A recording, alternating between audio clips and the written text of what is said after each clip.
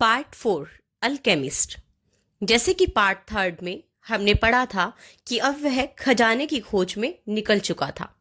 उसे याद आया था कि कोई व्यक्ति है जो क्रिस्टल के दुकानदार को क्रिस्टल पहुंचाता है रेगिस्तान को पार करके। क्यों ना उसके सहारे से रेगिस्तान को पार किया जाए और पिरामिडों तक पहुंचा जाए। तो शुरू करते हैं पार्ट 4। वह अंग्रेज एक ऐसी इमारत में एक बेंच पर बैठा हुआ था जिसमें जानवरों, पसीने और धूल की गंध भरी हुई थी। वह कुछ कुछ एक माल गोदाम था और कुछ कुछ अस्तबल। मैंने कभी सोचा भी नहीं था कि एक दिन मैं ऐसी जगह पर आ पहुंचूंगा। उसने रसायन शास्त्र की पत्रिका के पन्ने पलटते हुए सोचा। 10 साल यूनिवर्सिटी में बिताने के बाद आज मैं यहाँ हूँ, एक अस्तबल में। लेकिन मुझे चलते रहना होगा। वह भविष्य सूचक संकेतों में विश्वास करता था। उसके पूरे जीवन और पढ़ाई लिखाई का एक ही उद्देश्य रहा था और वह था संसार की एक सच्ची भाषा को पाना। पहले उसने एस्पिरांतो भाषा का अध्ययन किया, फिर दुनिया के मजहबों का अध्ययन किया और अब वह कीमियागरी थी जो वह सीख रहा था। कीमियागर मतलब होता है रसायन शास्त्र का ज्ञाता। वह एस्पिरांतो बोलना जानता था। उसे सारे बड़े मजहबों की अच्छी समझ थी, लेकिन वह अभी तक कीमियागर नहीं बन पाया था। उसने महत्वपूर्ण सवालों के पीछे निहित सत्यों को उजागर कर लिया था, लेकिन उसका सारा अध्ययन उसे एक ऐसे मकाम पर ले गया था जहां से आगे जाना मुमकिन नहीं लग रहा था। उसने एक कीमियागर से रिश्ता कायम करने की निष्फल कोशिश करके देख ली थी, लेकिन कीमियागर विचित्र किस्म के लोग हुआ करते थे जो सिर्फ अपने बारे में ही सोचते थे और लगभग हमेशा ही उसकी मदद से इनकार करते रहे थे। कौन जाने वे उस महानतम रहस्य को, उस पारस पत्थर के रहस्य को सुलझा पाने में नाकामयाब रहे हो और इसी वजह से अपना ज्ञान अपने तक ही सीमित रखते हो। उसके पिता जो भी संपत्ति उसके लिए छोड़ गए थे, उसका ज्यादातर हिस्सा वह पारस पत्थर की खोज की नाकामयाब कोशिश में गवा चुका था। उसने दुनिया के महानतम पुस्तकालयों में अपार समय खर्च किया था और कीमियागरी के तमाम दुर्लभतम और सबसे ज्यादा महत्वपूर्ण ग्रंथ खरीद डाले थे। एक ग्रंथ में उसने पढ़ा था कि बहुत साल पहले एक प्रसिद्ध अरब कीमियागर ने यूरोप की यात्रा की थी। कहा जाता है कि उसकी उम्र 200 साल से भी ज्यादा थी और उसने पारस पत्थर और अमृत का पता लगा लिया था।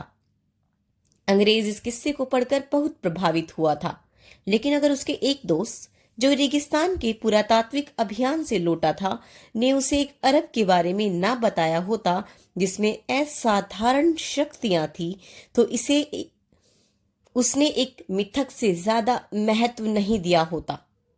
वह अल फयूम नामक नखलिस्तान में रहता है, उसके दोस्त ने कहा था, और लोग बताते हैं कि वह 200 साल का है और वह किसी भी धातु को सोने में बदल सकता है। अंग्रेज अपनी उत्तेजना पर काबू नहीं पा सका। उसने अपने सारे कार्यक्रम रद्द कर दिए और अपनी सबसे महत्वपूर्ण पुस्तक निकाली और अब वह एक धूल भरे बदबूदार अस्तबल में बैठा था। बाहर एक विशाल कारवा सहारा को पार करने की तैयारी में लगा हुआ था और वह कारवा अल फयूम से होकर गुजरने वाला था। मैं उस निगोड़े कीमियागर को ढूंढ निकालूंगा, अंग्रेज ने सोचा, और जानवरों की गंध उसे कुछ और सहने लायक लगने लगी। एक नौजवान अरब अपना असबाब लादे कमरे में दाखिल हुआ और उसने अंग्रेज को सलाम किया। आप कहाँ जाने की तैयारी में हैं? नौजवान अरब ने पूछा। मैं रेगिस्तान में जा रहा हूं, आदमी ने जवाब दिया और फिर से अपनी पुस्तक की ओर मुड़ गया। फिलहाल वह किसी से बातचीत के मूड में नहीं था। वह तो अभी सिर्फ उस सब कुछ की समीक्षा करना चाहता था जो उसने वर्षों के दौरान सीखा था, क्योंकि वह जानता था कि कीमियागर निश्चय ही उसकी परीक्षा लेगा। नौजवान अरब ने एक पुस्तक उठाई और उसे पढ़ने लगा। वह पुस्तक स्पेनिश भाषा में लिखी गई थी। यह अच्छा है, अंग्रेज ने सोचा। वह अरबी की तुलना में सफानी ज्यादा अच्छे से बोल पाता था। और अगर यह लड़का भी अल फयूम जा रहा है तो कोई तो होगा जिससे वह खाली समय में बातचीत कर सकेगा, अंग्रेज ने सोचा। यह अजीब है, लड़के ने कहा। वह एक बार फिर दफनाए जाने के उस दृश्य के बारे में पढ़ रहा था जिससे वह पुस्तक शुरू होती थी, जो कि हमने पार्ट 1 में पढ़ा था। मैं पिछले 2 सालों से इस पुस्तक को पढ़ने की कोशिश कर रहा हूं और मैं कभी इन थोड़े से पन्नों से आगे नहीं बढ़ पाया। इस वक्त तो वह राजा भी नहीं था जिसने उसके आगे बढ़ने में बाधा डाली थी, तब भी वह उस पर एकाग्र नहीं हो पा रहा था। जो फैसला उसने लिया था उसको लेकर उसके मन में अभी भी संशय बना हुआ था, लेकिन उसके एक बात समझ में आ पा रही थी। फैसला लेना सिर्फ एक शुरुआत होती है। जब कोई व्यक्ति फैसला लेता है, जो वह एक ऐसे जबरदस्त सैलाब में छलांग रहा होता है जो उसको ऐसी ऐसी जगह पर ले जाना वाला होता है जिसकी उसने फैसला लेते वक्त कल्पना भी नहीं की होगी। जब मैंने अपने खजानों को ढूंढ निकालने का फैसला किया था तो मैंने कल्पना भी नहीं की थी कि मैं एक क्रिस्टल की दुकान में काम करने लग जाऊंगा, उसने सोचा। और इस कारवां में शामिल होना भले ही मेरा फैसला हो, लेकिन यह कहाँ जाता है यह मेरे लिए एक रहस्य ही बनने वाला है। पास में वह अंग्रेज था जो पुस्तक पढ़ रहा था। वह मिलनसार नहीं लगता था और उसके कमरे में आने पर उसके चेहरे पर चिढ़ नजर आ रही थी।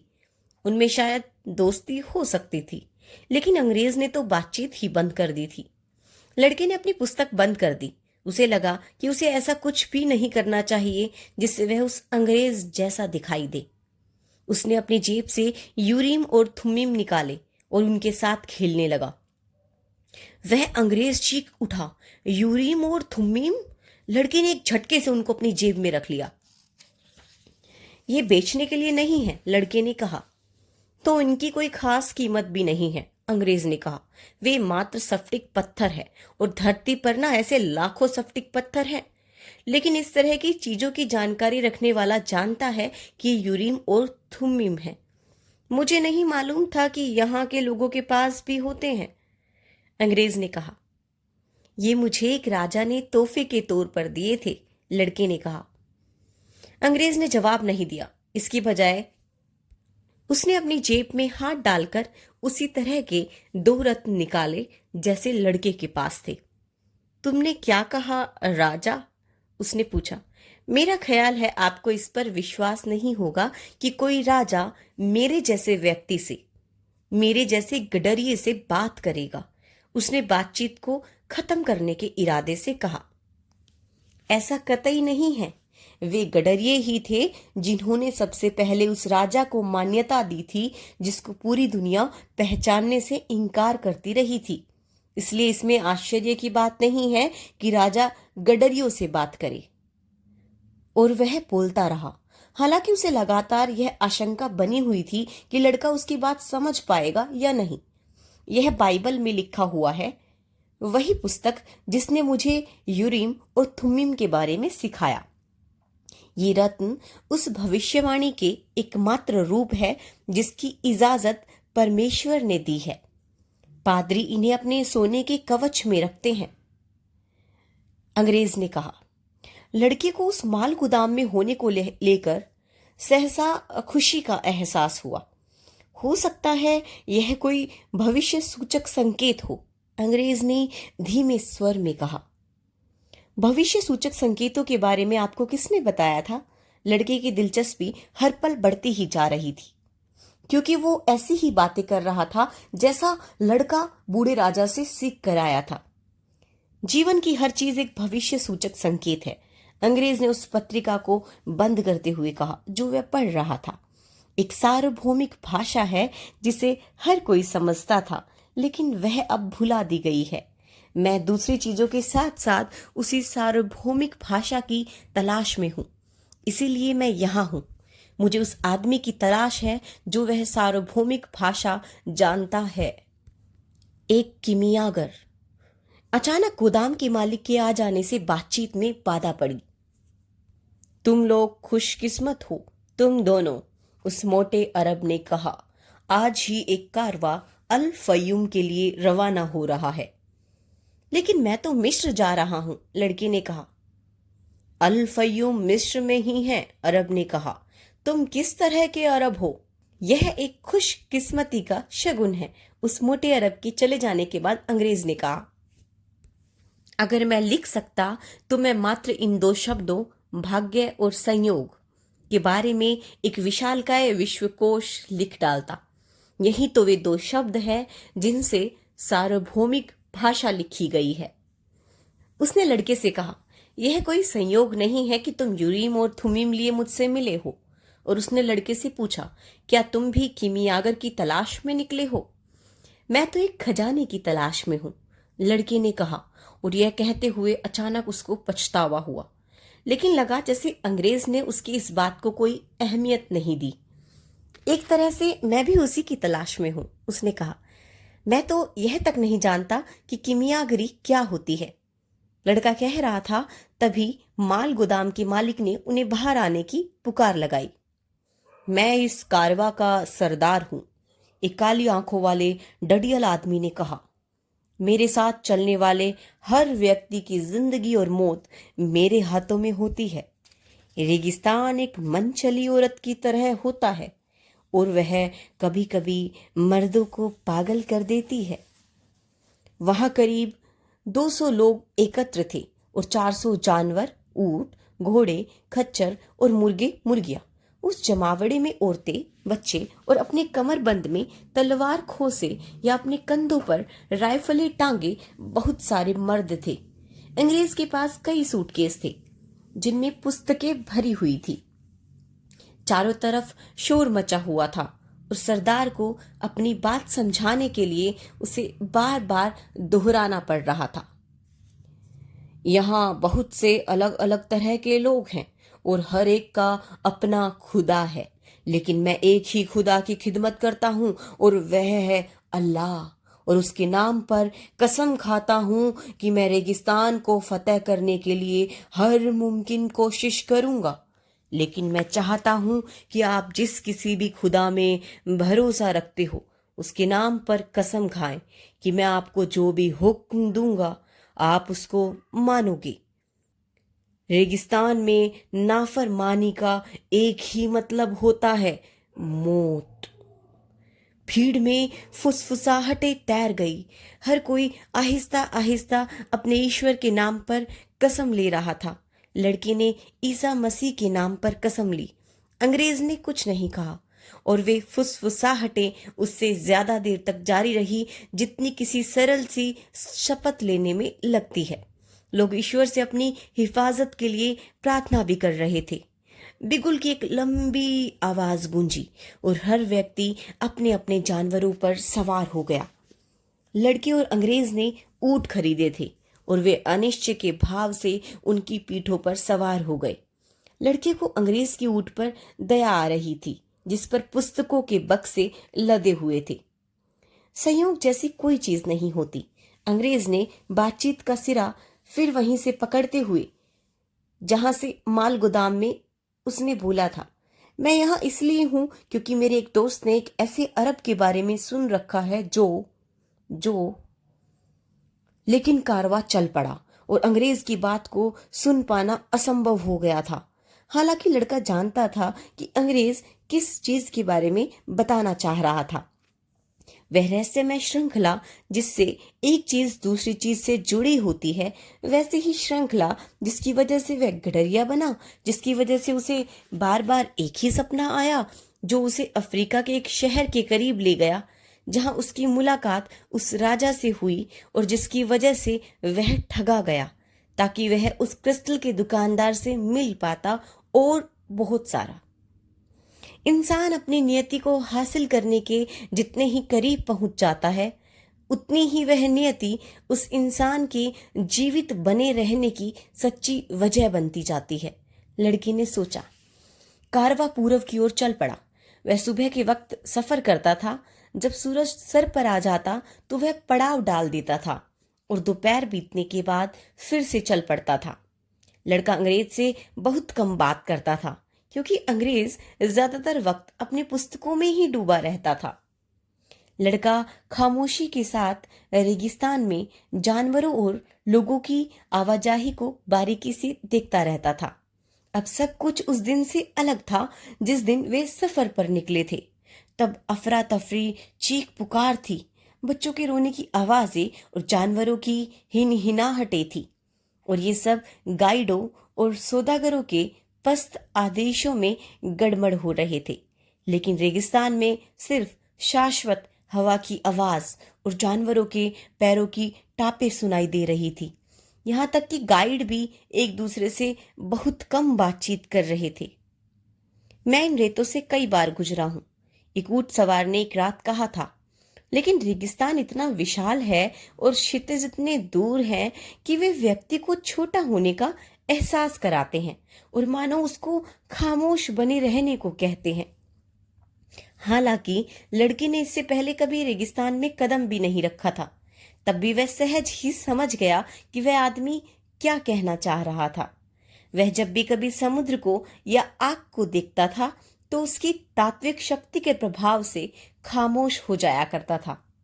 मैंने भेड़ों से सीखा है और मैंने क्रिस्टल से सीखा है, उसने सोचा। मैं रेगिस्तान से भी तो कुछ सीख सकता हूं। यह तो मुझे बुजुर्ग और ज्ञानी लगता है। हवा कभी नहीं थमती थी और लड़के ने उस दिन को याद किया जब उसने टेरिफा के किले में कदम रखा था और अपने चेहरे पर ऐसी ही हवा को बहते हुए महसूस किया था, जैसा कि हमने पार्ट 2 में पढ़ा था। इससे उसे अपनी भेड़ों के ऊन की याद आ गई। उसकी भेड़ें जो अब एंडालूसिया के मैदानों में चारा पानी तलाश रही थी, जैसा कि वे हमेशा से करती आई थी। पर अब वे भेड़ें मेरी नहीं रही, उसने मन ही मन कहा, और यह कहते हुए उसे अतीत को लेकर कोई मोह नहीं था। अब तो उसको अपने नए गडरियों की आदत पड़ चुकी होगी और शायद वे मुझे भूल भी चुकी हों। यह अच्छा ही तो है। भेड़ों की तरह के प्राणी जो सफर के अभ्यस्त होते हैं, आगे बढ़ते रहने के बारे में अच्छी तरह से जानते हैं। उसने उस व्यापारी की बेटी के बारे में सोचा जो हमने पार्ट 2 में पढ़ा था, और उसे विश्वास था कि अब तक तो उसकी शादी हो चुकी होगी, शायद किसी बेकरी वाले से या किसी गडरिये से जो पढ़ना जानता होगा और उसको रोमांचक किस्से सुना सकता होगा। आखिरकार मैं कोई अकेला तो वैसा इंसान नहीं हूं। लेकिन उसने उस ऊंट सवार की बात को जिस तरह सहज ढंग से समझ लिया था, उससे वह बहुत उत्साहित था। शायद वह भी उस सार्वभौम भाषा को सीख रहा था जो लोगों के अतीत और वर्तमान से ताल्लुक रखती है। उसकी माँ उनको इल्हाम कहा करती थी। लड़का इस बात को समझना शुरू कर रहा था कि पूर्वाभास जीवन के उस सर्वव्यापी प्रवाह में आत्मा का अकस्मात लय हो जाना है, जिसके भीतर सारे लोगों के इतिहास आपस में जुड़े हुए हैं और हम सब कुछ जानने में सक्षम हैं क्योंकि सब कुछ वहां लिखा हुआ है। मकतूब, लड़के ने क्रिस्टल के दुकानदार को याद करते हुए कहा। रेगिस्तान में कुछ हिस्सों में रेत ही रेत थी तो कुछ हिस्सों में चट्टानें थी। अगर कारवा के रास्ते में कोई विशाल चट्टान आ जाती थी तो कारवा को उसका चक्कर लगाना पड़ता था, और अगर कोई बड़ा चट्टानी इलाका आ जाता तो उसको लंबा चक्कर लगाना पड़ता था। जहां कहीं रेत की परत इतनी बारीक होती थी कि जानवरों के खुर ठोस जमीन से टकराते थे, तो वे ऐसा रास्ता तलाशते थे जहां रेत की परत मोटी हो। कुछ जगह पर जमीन सूखी झीलों की नमक से ढकी हुई थी। ऐसी जगह पर जानवर आगे अड़कर रुक जाते थे और ऊंट सवारों को नीचे उतरना पड़ता था और उन पर लदा सामान हटाना पड़ता था। ऐसी दुर्गम जगहों को सवारों को खुद ही अपना सामान लादकर पार करना होता था और बाद में सामान को फिर से ऊंटों पर लादना होता था। अगर कोई गाइड बीमार पड़ जाता या मर जाता तो ऊंट सवार लॉटरी निकालकर नया गाइड नियुक्त करते थे। लेकिन यह सब होता एक ही वजह से था। कारवा को चाहे कितने ही चक्कर क्यों न लगाने पड़ते हो या रास्ते के मामले में कितने ही समझौते क्यों ना करने पड़ते हो, वह चलता उसी दिशा में है जिसकी ओर दिशा सूचक यंत्र की सुई इशारा करती थी। जैसे ही बाधाएं पार होती, वह अपने सही रास्ते पर वापस लौट आता था और उस सितारे को तलाशने लगता था जो नखलिस्तान का संकेत देता था। जब लोग भोर के आकाश में उस तारे को चमकता हुआ देखते थे तो वे समझ जाते थे कि वे सही रास्ते पर हैं और उस दिशा की तरफ बढ़ रहे हैं जहां पानी होगा, खजूर के बड़े वृक्ष होंगे, सर पर छाया होगी और दूसरे लोग होंगे। सिर्फ अंग्रेज ही इन सब से बेखबर रहता था। वह तो ज्यादातर वक्त अपनी पुस्तकों में डूबा रहता था।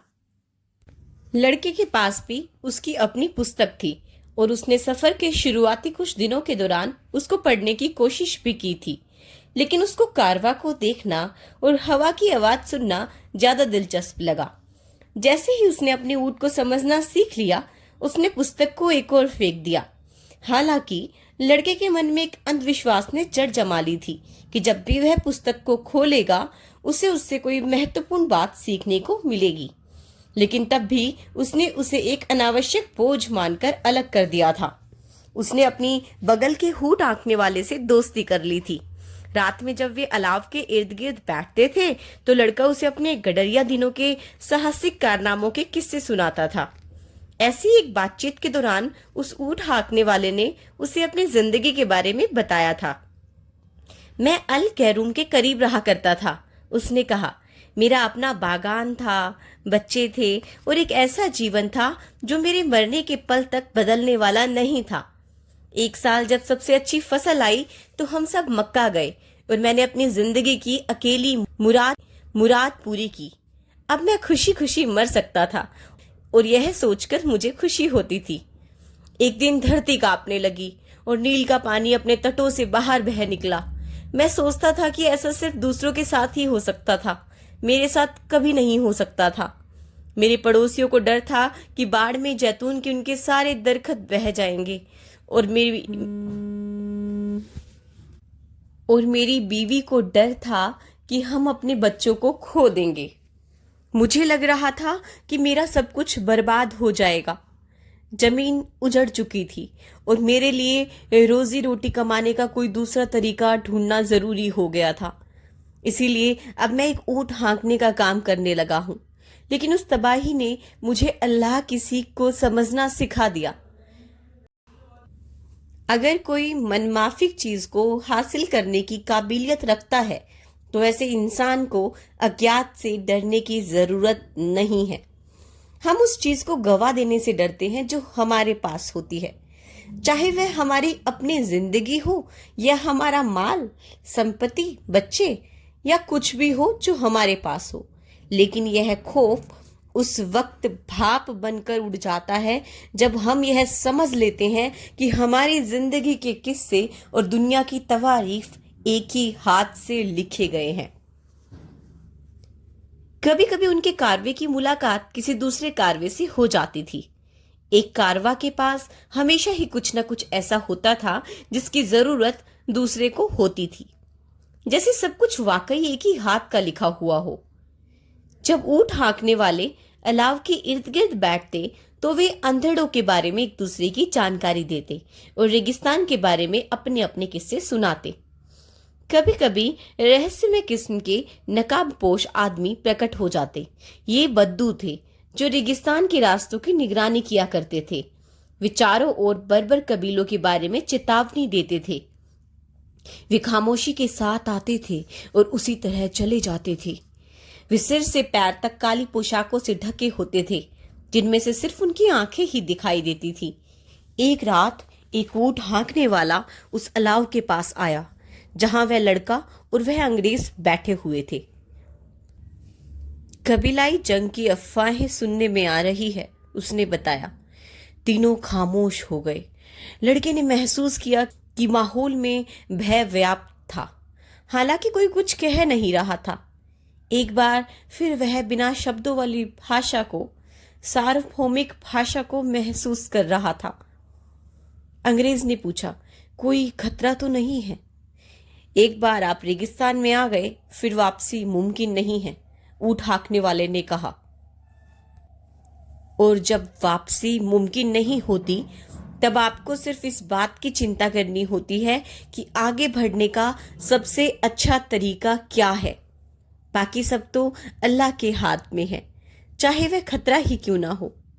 और अपनी बात खत्म करते हुए उसने उसी रहस्यमय शब्द का इस्तेमाल किया, मकतूब। आपको कारवा की तरफ ज्यादा ध्यान देना चाहिए। ऊँट हाँकने वाले के चले जाने के बाद लड़के ने अंग्रेज से कहा, हम ढेरों चक्कर लगाते हैं, लेकिन हम हमेशा एक ही दिशा में बढ़ते रहते हैं, और तुम्हें दुनिया के बारे में ज्यादा से ज्यादा पढ़ना चाहिए। अंग्रेज ने जवाब दिया, इस मामले में पुस्तकें कारवा जैसी ही होती हैं। बड़ी तादाद में लोगों और जानवरों ने और भी तेज रफ्तार के साथ सफर शुरू कर दिया। दिन तो यूं भी हमेशा ही खामोशी में बीतते थे, लेकिन अब वे रातें भी खामोशी में बीतने लगी, जब मुसाफिरों को आमतौर से अलाव के इर्द गिर्द बैठकर गपशप करने की आदत हुआ करती थी। और एक दिन कारवा के मुखिया ने फैसला सुना दिया कि अब से अलाव नहीं जलाए जाएंगे, ताकि कारवा की तरफ किसी का ध्यान न जाए। मुसाफिरों ने यह आदत डाल ली थी कि रात के समय वे अपने चारों तरफ जानवरों का घेरा बना लेते, और रात के समय की ठंड से बचने के लिए सब लोग एक साथ उस घेरे के बीच सो जाते, और सरदार उस समूह के चारों तरफ हथियारबंद पहरेदारों को तैनात कर देता। एक रात अंग्रेज को नींद नहीं आ रही थी। उसने लड़के को बुलाया और दोनों डेरे को घेरते टीलों की तरफ चहलकदमी करने लगे। आसमान में पूरा चांद चमक रहा था। चहलकदमी करते हुए लड़के ने अंग्रेज को अपनी जिंदगी की दास्तां सुनाई। जब अंग्रेज ने क्रिस्टल की दुकान पर काम करने के दौरान लड़के द्वारा हासिल की गई कामयाबी का किस्सा सुना तो वह चकित रह गया। यही वह सिद्धांत है जिससे संसार की सारी चीजें नियंत्रित होती है, उसने कहा। किमियागरी में इसे कायनात की रूह कहा जाता है। जब आप पूरे मन से कोई चीज चाहते हैं, तभी आप कायनात की रूह के सबसे ज्यादा करीब होते हैं। वह सदा एक सकारात्मक शक्ति होती है। उसने यह भी कहा कि यह तोहफा सिर्फ इंसान को ही मिला हुआ नहीं है। धरती पर जितने भी चीजें हैं उनमें रूह है, फिर वह खनिज हो, वनस्पति हो, या जानवर हो, या महज कोई साधारण सा विचार ही क्यों ना हो। धरती की हर चीज लगातार शक्ल बदल रही है, क्योंकि धरती जीवित है और उसकी रूह है। हम उस रूह का हिस्सा हैं, इसलिए हम अक्सर पहचान नहीं पाते कि वह हमारे लिए काम कर रही है। लेकिन उस क्रिस्टल की दुकान में तुमने शायद इस बात को समझा होगा कि वे कांच के गिलास तक तुम्हारी कामयाबी में मदद कर रहे थे। लड़के ने चंद्रमा और उजली रेत की ओर निहारते हुए उसकी बात पर कुछ पल गौर किया। मैंने रेगिस्तान को पार करते हुए कारवा को देखा है, उसने कहा। कारवा और रेगिस्तान एक ही जबान में बात करते हैं, और यही वजह है कि रेगिस्तान कारवा को गुजरने की इजाजत देता है। अब यह कारवा के एक एक कदम पर निगाह रखते हुए देखेगा कि वह समय के साथ चल रहा है या नहीं, और अगर चल रहा होगा तो हम नखलिस्तान तक पहुंच जाएंगे। अगर हम में से हर एक अपनी निजी बूते पर इस कारवा में शामिल हुआ होता और उस जबान को ना समझता होता तो यह कहीं ज्यादा मुश्किल होता। वे वहां खड़े खड़े चंद्रमा को निहारने लगे। यही भविष्य सूचक संकेतों का जादू है, लड़के ने कहा। मैंने देखा है कि गाइड किस तरह से रेगिस्तान के संकेतों को पढ़ते हैं और किस तरह कारवा की रूह रेगिस्तान की रूह से बात करती है। अंग्रेज ने कहा, अब से मैं कारवा की ओर ज्यादा ध्यान दूंगा और मैं आपकी पुस्तकें पढ़ा करूंगा, लड़के ने कहा। ये अजीबोगरीब पुस्तकें थी। वे पारे के बारे में, नमक के बारे में, ड्रैगनों के बारे में और राजाओं के बारे में बात करती थी, और वह इनमें से किसी को भी नहीं समझता था। लेकिन एक विचार था जो सारी पुस्तकों में खुद को दोहराने लगता था। वह विचार था कि सारी चीजें सिर्फ एक ही चीज की अभिव्यक्ति है। एक पुस्तक पढ़ते हुए उसे समझ में आया कि किमियागरी से संबंधित साहित्य के सबसे महत्वपूर्ण मजमून में सिर्फ कुछ ही वाक्य थे, और वे एक पन्ना की सतह पर उकेरे हुए थे। यह जवाहर की टिकिया है, अंग्रेज ने कहा। उसके कहने में इस गर्व का भाव था कि वह लड़के को कुछ सिखा सकता है। अच्छा, तो फिर हमें इन सारी पुस्तकों की क्या जरूरत है, लड़के ने पूछा। ताकि हम उन थोड़े से वाक्यों को समझ सके, अंग्रेज ने जवाब दिया। हालांकि उसके अंदाज से ऐसा लगता था जैसे उसे खुद ही अपनी कही बात पर विश्वास ना हो। लड़के को यह पुस्तक सबसे ज्यादा दिलचस्प लगी जिसमें प्रसिद्ध किमियागरों के किस्से बयान किए गए थे। ये वे लोग थे जिन्होंने अपनी प्रयोगशालाओं में धातुओं का शुद्धिकरण करते हुए अपनी जिंदगियां खपा दी थी। उनका विश्वास था कि अगर किसी धातु को कई वर्षों तक तपाया जाए तो वह अपनी सारी निजी फितरतों से आजाद हो जाएगी और जो वह बचेगा वह कायनात की रूह होगी। कायनात की यह रूह ही उन्हें पृथ्वी की किसी भी चीज को समझने की गुंजाइश देती है, क्योंकि यह वह भाषा थी जिसमें सारी वस्तुएं आपस में बतियाती थी। उन्होंने इस खोज को प्रधान कृति की संज्ञा दी थी। वह आंशिक रूप से तरल थी और आंशिक रूप से ठोस थी। क्या आपको नहीं लगता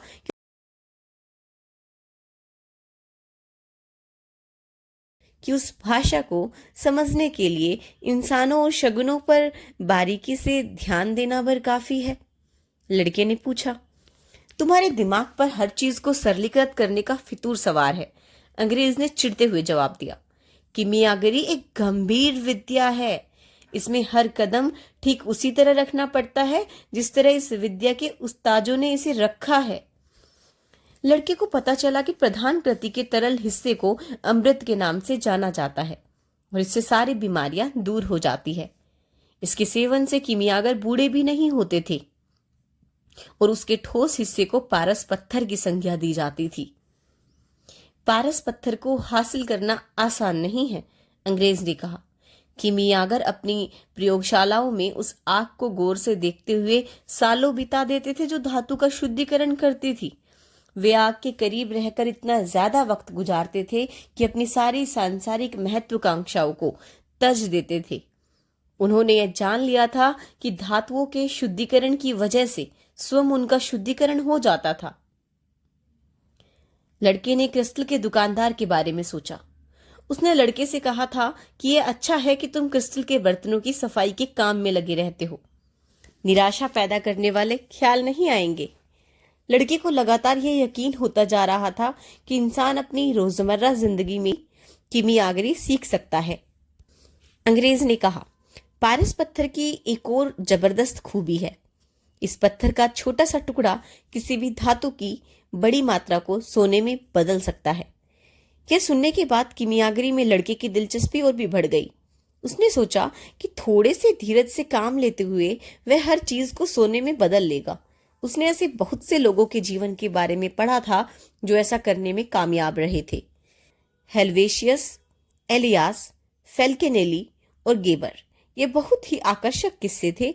उनमें से हर व्यक्ति ने अपनी नियति को अंत तक जिया था। उन्होंने यात्राएं की थी, ज्ञानी पुरुषों से वार्तालाप किया था, अविश्वास करने वाले लोगों के सामने चमत्कारों का प्रदर्शन किया था और पारस पत्थर तथा अमृत का स्वामित्व प्राप्त किया था।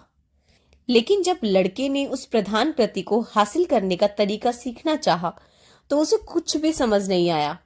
उसे सिर्फ रेखांकन, कुटबुद्ध निर्देश और अबूझ इबारतें ही दिखाई दी। ये लोग चीजों को इतना पेचीदा क्यों बना देते हैं? एक रात उसने अंग्रेज से पूछा। लड़के ने देखा था कि अंग्रेज चिड़चिड़ा हो गया था और उसे अपनी पुस्तकों की कमी खटकती थी ताकि जिन पर समझने की जिम्मेदारी है वे उनको समझ सके। उसने कहा, जरा कल्पना करो कि हर आदमी रागे को सोने में बदलने लगे तो क्या होगा? सोना अपनी कीमत खो देगा। उस प्रधान कृति को केवल वही लोग हासिल करते हैं जो उसे हासिल करने के अपने प्रण पर अड़िग बने रहते हैं और गहराई में जाकर अध्ययन करने को तत्पर होते हैं। इसीलिए मैं यहां हूं, इस रेगिस्तान के बीच। मैं उस सच्चे किमियागर की तलाश में हूं जो इन गूढ़ इबारतों को पढ़ने समझने में मेरी मदद कर सके। ये पुस्तकें कब लिखी गई थी? लड़के ने पूछा। सदियों पहले। लेकिन उस जमाने में छपाई की मशीनें तो नहीं थी, लड़के ने तर्क किया। हर कोई किमियागरी सीख लेता, इसका तो कोई उपाय ही नहीं था। फिर उन्होंने इस कदर रेखाचित्रों से भरी अजीबोगरीब भाषा का इस्तेमाल क्यों किया? अंग्रेज ने उसकी बात का सीधा जवाब नहीं दिया। उसने कहा कि मैं कुछ दिनों से कारवा के काम करने के ढंग पर ध्यान देता रहा हूं, लेकिन मुझे तो कुछ भी नया सीखने को नहीं मिला। मैंने तो एक ही बात देखी है कि जंग की चर्चा ही अब बार बार होती है। फिर एक दिन लड़के ने अंग्रेज को उसकी पुस्तकें लौटा दी। क्या तुमने कुछ सीखा? अंग्रेज ने पूछा। वह जानने को उत्सुक था कि लड़के ने क्या सीखा होगा। उसे किसी से बात करना जरूरी लग रहा था ताकि वह अपने दिमाग को जंग की आशंका के ख्याल से दूर रख सकता। मैंने यह सीखा कि सृष्टि की एक आत्मा है और जो भी कोई इस आत्मा को समझ लेता है वह चीजों की भाषा को भी समझ पाता है। मैंने सीखा कि बहुत से किमियागरों ने अपनी नियति को पा लिया था और उन्होंने अंततः विश्व की आत्मा, पारस पत्थर और अमृत की खोज कर ली थी। लेकिन जो सबसे महत्वपूर्ण बात मैंने सीखी वह यह है कि ये सारी चीजें इतनी सरल है कि उनको एक रत्न की सतह पर भी लिखा जा सकता है। अंग्रेज को निराशा हुई। वर्षों का शोध, जादुई प्रतीक, अजीबोगरीब शब्द और प्रयोगशाला के उपकरण, इनमें से किसी चीज से लड़का प्रभावित नहीं हुआ था। इसकी आत्मा इतनी पिछड़ी हुई है कि वह इस तरह की बातों को समझ ही नहीं सकती, उसने सोचा। उसने अपनी पुस्तकें वापस ली और उनको अपने थैले में रख लिया। जाओ, कारवा को देखो, उसने कहा। उसने भी मुझे कुछ नहीं सिखाया। लड़का एक बार फिर रेगिस्तान की खामोशी और जानवरों की खुरों से उड़ती रेत पर अपने विचारों में डूब गया। सीखने का हर व्यक्ति का अपना अपना ढंग होता है, उसने मन ही मन कहा। उसका ढंग मेरा नहीं है, ना ही मेरा ढंग उसका है, लेकिन हम दोनों की अपनी अपनी नियति की खोज में है और इसके लिए मैं उसका आदर करता हूं। कारवां रात और दिन सफर करने लगा। वे नकाबपोश बद्दू अक्सर नमूदार होने लगे और उस ऊंट हाँकने वाले ने, जो कि लड़के का अच्छा दोस्त बन गया था, लड़के को बताया कि कबीलों के बीच लड़ाई ठन चुकी है। अगर कारवां नखलिस्तान तक पहुंच गया तो यह उसकी बहुत बड़ी खुशकिस्मती ही होगी। जानवर थक गए थे और लोगों की आपस की बातचीत कम से कम होती चली गई। खामोशी रात के समय अपनी बदतर स्थिति में होती थी। किसी ऊंट की महज एक करहा, जो पहले ऊंट की एक करहा के अलावा और कुछ नहीं हुआ करती थी, अब हर किसी को डरा देती थी, क्योंकि वह किसी हमले के लिए संकेत हो सकती थी। हालांकि वह ऊंट हाँकने वाला जंग के खतरों को लेकर बहुत चिंतित नहीं लगता था। मैं जिंदा हूं, उसने एक रात लड़के से कहा। वे खजूर खा रहे थे। जिस वक्त न अलाव जल रहा था न आसमान में चांद था। जब मैं खा रहा होता हूं तो मैं सिर्फ उसी के बारे में सोचता हूं। अगर मैं कूच पर होता हूं तो सारा ध्यान कूच पर लगाता हूं। अगर मुझे लड़ना पड़ जाए तो फिर मुझे मरने के लिए वह दिन किसी भी दूसरे दिन जैसा ही होगा, क्योंकि मैं न तो अपने अतीत में रहता हूं न अपने भविष्य में रहता हूं। मेरी दिलचस्पी तो सिर्फ वर्तमान में है। अगर तुम सिर्फ अपने वर्तमान पर ध्यान लगा सको तो तुम सुखी इंसान होंगे। तुम देखोगे कि रेगिस्तान में भी जीवन है, आसमान में तारे हैं और कबीलों के लिए इसलिए लड़ते क्योंकि वे मानव प्रजाति का हिस्सा है। जीवन तुम्हारे लिए एक दावत हो जाएगा, एक बहुत बड़ा जश्न, क्योंकि जीवन वह पल है जिसे इस वक्त ठीक वर्तमान में हम जी रहे होते हैं। 2 रातों बाद जब लड़का बिस्तर पर लेटने की तैयारी कर रहा था तो लड़के ने उस तारे को खोजा जिसका वे लोग हर रात पीछा किया करते थे। उसे लगा जैसे क्षितिज रोज के मुकाबले कुछ नीचे आ गया था, क्योंकि उसे लग रहा था जैसे वह तारा रेगिस्तान में ही दिखाई दे रहा हो। यह नखलिस्तान है, उस ऊंट हाँकने वाले ने कहा। अच्छा, तो हम तुरंत ही वहां क्यों नहीं चले जाते? लड़के ने पूछा। क्योंकि हमें सोना जरूरी है। सूरज के उगने के साथ ही लड़का जाग गया। उसके सामने जहां पिछली रात छोटे छोटे तारे झिलमिला रहे थे, अब खजूर के वृक्षों की एक अंतहीन कतार थी जो रेगिस्तान की आर पार फैली थी। हमने कर दिखाया, अंग्रेज ने कहा, जो खुद भी जल्दी जग गया था। लेकिन लड़का चुप था। उसे रेगिस्तान की खामोशी आत्मीय लग रही थी और उन वृक्षों को देखकर उसे संतोष का अनुभव हो रहा था। पिरामिडों तक पहुंचने के लिए उसे अभी भी लंबा सफर तय करना था और एक दिन ऐसा आने वाला था जब आज की सुबह महज एक स्मृति बनकर रह जाने वाली थी। लेकिन यह वर्तमान का क्षण था, वह दावत जिसका जिक्र उस ऊंट हाँकने वाले ने किया था, और इस क्षण को उसी तरह जीना चाहता था जिस तरह उसने अपने अतीत की सीखों और भविष्य के सपनों को जिया था। हालांकि खजूर के दरख्तों का वह नजारा एक दिन महज एक याद बनकर रह जाने वाला था, लेकिन इस वक्त उसका मतलब था छाया, पानी और जंग से बचने की पनाह। कल ऊंट की करहा खतरे का संकेत थी और आज खजूरों के वृक्ष की कतार एक चमत्कार की सूचना दे रही थी। सृष्टि कई भाषाएं बोलती है, लड़के ने सोचा। वक्त बहुत तेजी से भागता है और उसी तरह कारवा भी भागता है। किमियागर ने सैकड़ों लोगों और जानवरों को नखलिस्तान के करीब आते देखकर सोचा। लोग नए आगंतुकों के आने से चिल्ला रहे थे। उड़ती हुई धूल ने रेगिस्तान के सूरज की रोशनी को धुंधला दिया था और नखलिस्तान के बच्चे इस अजनबी आगंतुकों को देखकर उत्तेजना से भरे हुए थे। किमियागर ने कबीले के मुखियाओं को कारवा के सरदार का स्वागत करते और उसके साथ लंबी बातचीत करते देखा, लेकिन किमियागर को इसमें से किसी भी चीज से कोई फर्क नहीं पड़ता था।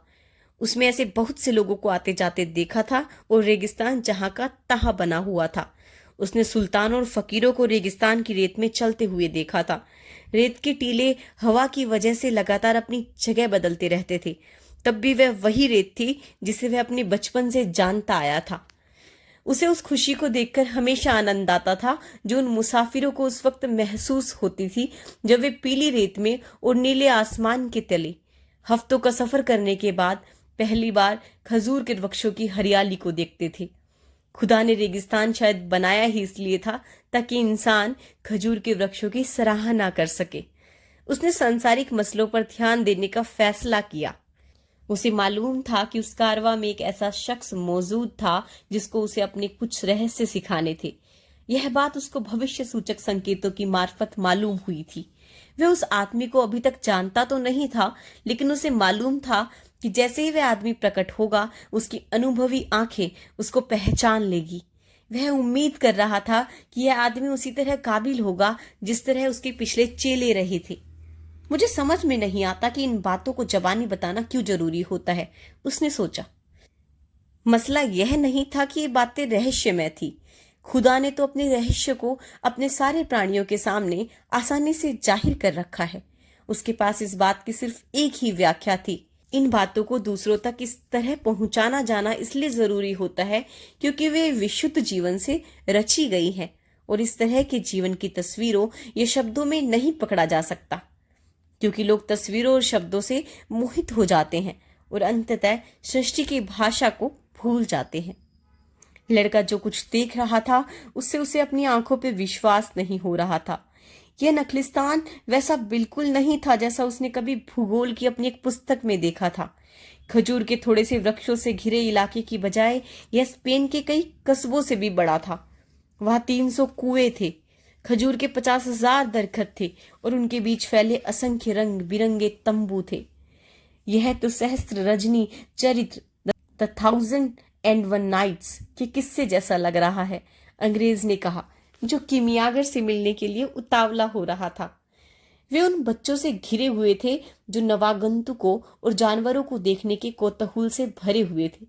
नखलिस्तान के लोग उससे जानना चाहते थे कि क्या उन्होंने कोई जंग होते देखी थी जो कारवा के सौदागर लेकर आए थे। रेगिस्तान की खामोशी एक दूर का सपना बन चुकी थी। कारवा के मुसाफिर लगातार बतिया रहे थे, हंस रहे थे, चीख पुकार मचा रहे थे, जैसे वे किसी रूहानी दुनिया से निकलकर इंसानों की दुनिया में आ पहुंचे हो। वे आजादी और खुशी महसूस कर रहे थे। जब वे रेगिस्तान में थे तो हर तरह की सावधानी बरतते रहे थे, लेकिन उस ऊंट हाँकने वाले ने लड़के को समझाया कि नखलिस्तानों को तटस्थ इलाकों के रूप में देखा जाता है क्योंकि वहां ज्यादातर औरतें और बच्चे रहते हैं। पूरे रेगिस्तान में नखलिस्तान थे, लेकिन रेगिस्तान में कबीले आपस में लड़ते हैं और नखलिस्तानों को शरण स्थलों के रूप में छोड़ देते हैं। कारवा के सरदार ने कुछ मुश्किल से अपने आदमियों को एकत्रित किया और उन्हें निर्देश दिए। उसने कहा कि समूह के सभी लोगों को कबीलों की तकरार खत्म होने तक नखलिस्तान में ही रहना होगा। चूंकि हम मेहमान हैं, इसलिए हमें वहां के लोगों के साथ उन्हीं की रिहाइशों में ही रहना होगा और वे हमें रहने की भरसक बेहतर सुविधाएं मुहैया कराएंगे। यह मेहमान नवाजी का उसूल है। फिर उसने अपने पहरेदारों समेत हर किसी को अपने अपने हथियार कबीलों के सरदारों द्वारा नियुक्त लोगों के हवाले कर देने को कहा। ये युद्ध के नियम है, उसने समझाया। इन नियमों के मुताबिक नखलिस्तान में फौजों या फौजी टुकड़ियों को पनाह नहीं दी जा सकती। लड़के ने आश्चर्य के भाव से देखा कि अंग्रेज ने अपने बैग से एक क्रोम प्लेटेड रिवॉल्वर निकाल उस आदमी को सौंप दी जो हथियार जमा कर रहा था। यह रिवॉल्वर क्यों? उसने पूछा। इसने लोगों पर भरोसा करने में मेरी मदद की थी, अंग्रेज ने जवाब दिया। इसी बीच लड़के ने अपने खजाने के बारे में सोचा। वह अपने सपने के पूरा होने के जितने ही करीब पहुंचता जा रहा था, हालात उतने ही मुश्किल होते जा रहे थे। ऐसा लगता था कि जिसे उस बूढ़े राजा ने शुरुआत करने वाले की किस्मत का नाम दिया था, वह अब काम नहीं कर रही थी। अपने सपने का पीछा करने की प्रक्रिया में उसे लगातार अपनी जिद और साहस की परीक्षा देनी पड़ रही थी। इसलिए वह न तो हड़बड़ी से काम ले सकता था और न उतावलेपन से। अगर वह जल्दबाजी कर आगे बढ़ता तो ईश्वर द्वारा रास्ते में छोड़े गए संकेतों और शगुनों को देखने से चूक जाता। ईश्वर ने उनको मेरे रास्ते में रख दिया था, इस ख्याल से वह चकित हो उठा। अब तक भविष्य सूचक संकेतों को वह सांसारिक चीजों की तरह देखता आया था, खाने और सोने जैसी चीजों की तरह, या प्रेम की तलाश करने या कोई रोजगार हासिल करने जैसी चीज की तरह। उसने उनको कभी उस भाषा की तरह देखा ही नहीं था जिसका इस्तेमाल ईश्वर यह संकेत देने के लिए करता था कि उसे क्या करना चाहिए। उतावलापन मत दिखाओ, उसने एक बार फिर खुदा से कहा, उसी तरह जैसा उस ऊंट हाँकने वाले ने कहा था। जब खाना खाने का वक्त हो तब खाना खाओ, और जब आगे बढ़ने का वक्त हो तब आगे बढ़ो। उस पहले दिन अंग्रेज समेत हर कोई थकान की वजह से सो गया। लड़के को अपने दोस्त से दूर एक तंबू में उसी की उम्र के 5 दूसरे नौजवानों के साथ जगह दी गई थी। लड़के ने उन्हें गडरिये के रूप में बिताई गई अपनी जिंदगी के बारे में बताया, और अभी वह क्रिस्टल की दुकान के अपने तजुर्बों के बारे में बताने ही वाला था, तभी तंबू में वह अंग्रेज आ गया। मैं पूरी सुबह तुम्हें खोजता जा रहा हूं, उसने लड़के को बाहर लाते हुए कहा। मुझे किमियागर के ठिकाने का पता लगाने में तुम्हारी मदद की जरूरत है। पहले उन्होंने खुद ही उसे ढूंढने की कोशिश की। उनका ख्याल था कि किमियागर संभवतः नखलिस्तान के दूसरे लोगों से अलग ढंग से रहता होगा, और इस बात की पूरी संभावना थी कि उसके तंबू में लगातार चूल्हा जलता रहता हो। उन्होंने हर कहीं तलाश की और पाया कि वह नखलिस्तान उससे कहीं बहुत ज्यादा बड़ा है, जितने की उसने कल्पना भी नहीं की थी। उसमें सैकड़ों तंबू है। हमने लगभग पूरा दिन बर्बाद कर दिया, अंग्रेज ने लड़के के साथ एक कुएं के करीब बैठते हुए कहा। शायद यह बेहतर होगा कि हम किसी से पूछें, लड़के ने सुझाव दिया। अंग्रेज नहीं चाहता था कि वह किसी को बताता कि वह नखलिस्तान में क्यों आया था, और इसलिए लड़के के सुझाव से पूरी तरह सहमत नहीं था। लेकिन अंततः वह उससे सहमत हुआ, और चूंकि लड़का उसे बेहतर ढंग से अरबी बोलना जानता था, इसलिए उसने लड़के से ही यह पूछताछ करने को कहा। लड़का एक औरत के पास पहुंचा जो बकरे के चमड़े से बनी छागल में कुएं से पानी भरने आई थी। सलाम वालेकुम मोहतरमा, मैं यह पता लगाने की कोशिश कर रहा हूं कि इस नखलिस्तान में किमियागर कहाँ रहता है। औरत ने कहा, मैंने ऐसे किसी आदमी के बारे में कभी नहीं सुना। और इतना कहकर वह तेजी से चली गई, लेकिन भागने के पहले उसने लड़के को सलाह दी कि वह काला बुर्का पहने औरतों से बात करने की कोशिश ना करे, क्योंकि वे शादीशुदा औरतें होती हैं। उसको रवायत का लिहाज करना चाहिए। अंग्रेज को निराशा हुई। उसे लगा कि उसने इतना लंबा सफर बेकार ही किया। लड़का भी उदास था। उसका दोस्त अपनी नियति की तलाश कर रहा था, और जब कोई इस तरह की तलाश में होता है तो सारी कायनात उसकी कामयाबी के लिए उसकी मदद करती है। बूढ़े राजा ने यही तो कहा था, उसकी बात गलत कैसे हो सकती है? मैंने इसके पहले कभी किमियागर के बारे में नहीं सुना था, लड़के ने कहा। हो सकता है यहां भी किसी ने ना सुना हो। अंग्रेज की आंखें चमक उठी। अब समझ में आया, मुमकिन है यहां कोई जानता ही ना हो कि किमियागर क्या होता है।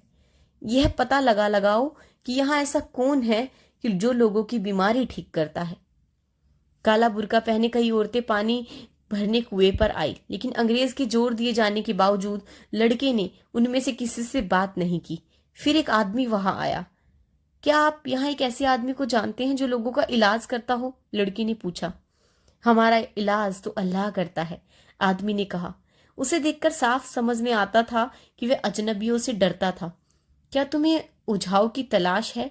उसने कुरान की कुछ आयतें बुदबुदाई और चला गया। एक और आदमी आया। वह पिछले के मुकाबले बुजुर्ग था और एक छोटी सी बाल्टी लिए हुए था। लड़की ने अपना सवाल दोहराया। तुम्हें इस तरह के आदमी की तलाश क्यों है? उस अरबी ने पूछा। क्योंकि मेरा दोस्त उससे मुलाकात करने कई महीनों लंबा सफर करके यहाँ आया है, लड़के ने कहा। अगर इस नकलिस्तान में ऐसा कोई आदमी है तो वह जरूर बहुत ताकतवर होगा, उस बुजुर्ग ने कुछ पल सोचने के बाद कहा। अगर कबीलों के सरदार भी उससे मिलना चाहते हैं तो फिर उससे नहीं मिल पाते। उससे तभी मुलाकात हो पाती है जब वह इसकी मंजूरी देता है। लड़ाई खत्म होने का इंतजार करो,